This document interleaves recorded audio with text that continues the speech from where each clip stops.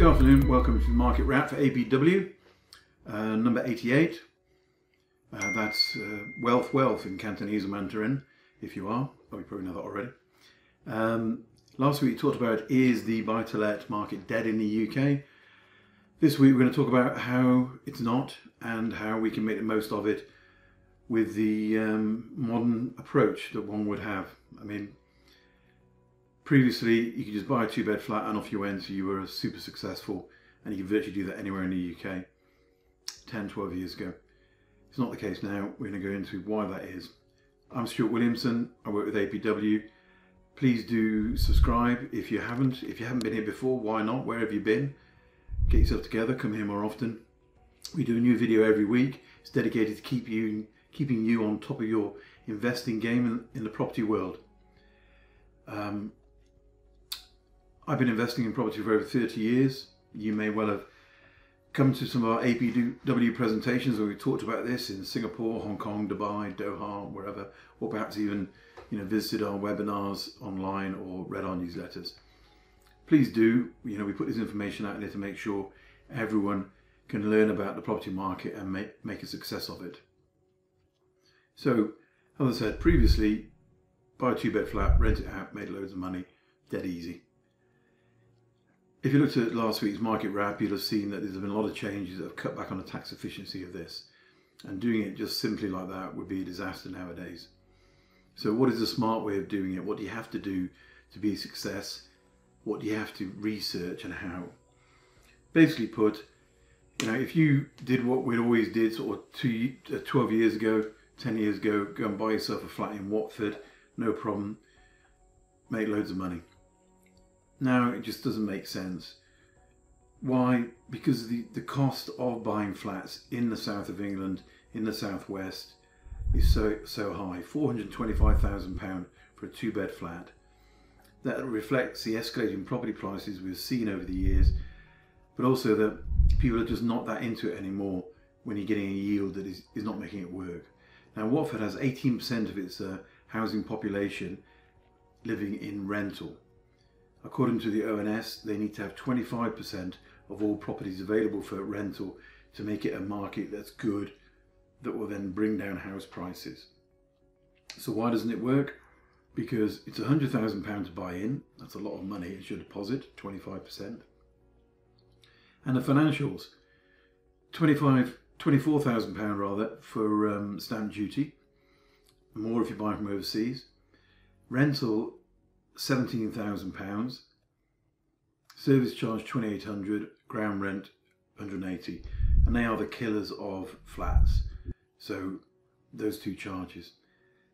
That gives us a 3% rental yield. That's without the management fee being deducted or the cost of insurances. It just doesn't make a viable model. So where is a viable model? If you look at any research, you can see online, Savills, Knight Frank, Zoopla, they all say, look at post-COVID hotspots of the Midlands, the North, Oxford, Cambridge. So let's look at one of those as an example. We're going to take a two-bed place I found on Navigation Street, B5 in Birmingham. The price was £250,000. Speaking to the vendor, it's just a private salesperson, they would accept £242,000. Based on £242,000, you pay a stamp duty still of £14,400. You have service charge of £1,800 per annum, rental, ground rent £200. Income would be about £13,200 or £1,100 per month based on the current tenancy, which is about 5.4%. Mortgage would be £930 based at 3.2%, is what we can get for clients at the moment. That's £13,100 in costs. Other costs are not included, insurance, agency fees and so on.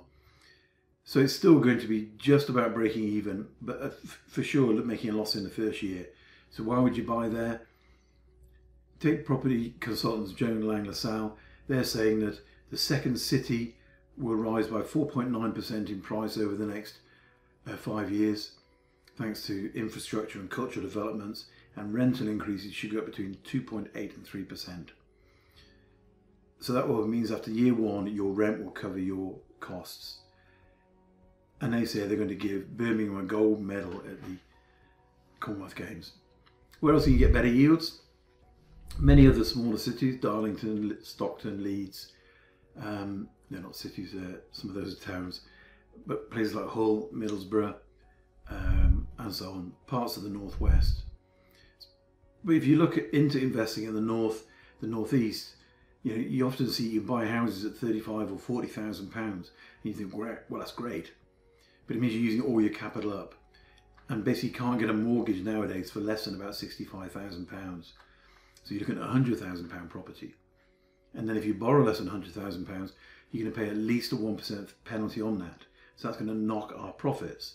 So perhaps it's actually better to say, well, okay, I'll take my 40,000, not buy a cash property, use it as a deposit and buy something for 150,000, which is actually quite a good thing, because that takes you away from the cheaper housing and the ensuing problems, such as local health authority locations, which is not being unfair in any way to those sort of demographic profiles, but you have a higher turnover of clients, you have greater wear and tear, shorter tenancies, shorter leases, and I know this for a fact because as a youngster I lived in those locations as I was growing up, and also I have sheltered housing in my portfolio now.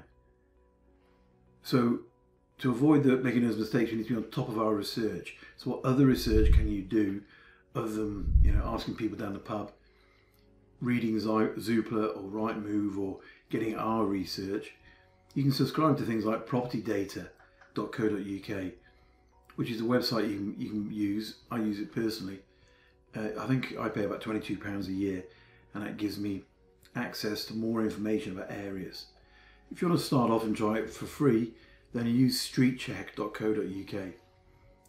Now if we put in Navigation Street, B5, Birmingham, into the machine, then it starts giving us all sorts of great data. For example, if you compare employment, we've got 30% students in Navigation Street, 50% people in full employment, 10% for self-employed, and 5% unemployed. So it shows we've got strong rental occupancy location in the majority with students and professionals. The social grading and the demographic profiles of those people is 80% or higher. Managerial, supervisor roles, so professionals. Let's compare that to Elland in Leeds, home of the best football team in the world. You've got 10% retired, 30% are full-time employment, 10% homemakers, 8% students.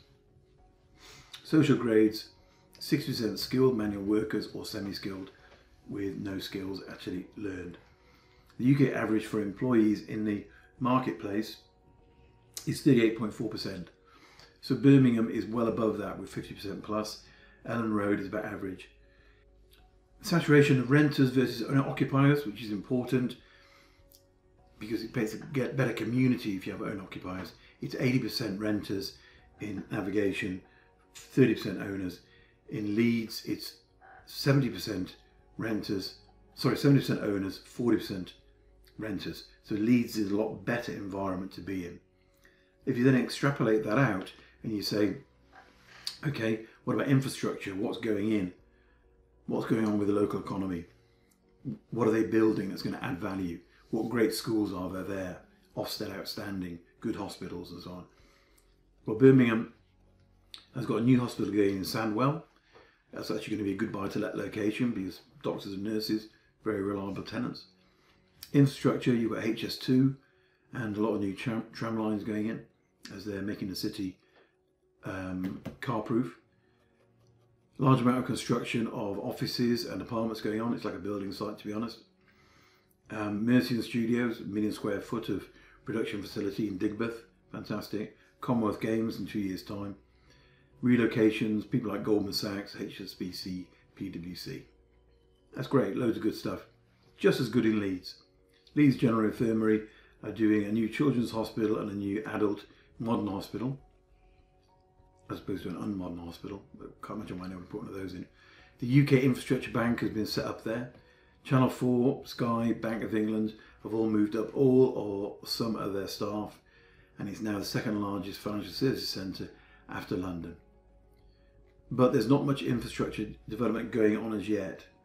So it doesn't come as high as Birmingham on the infrastructure score.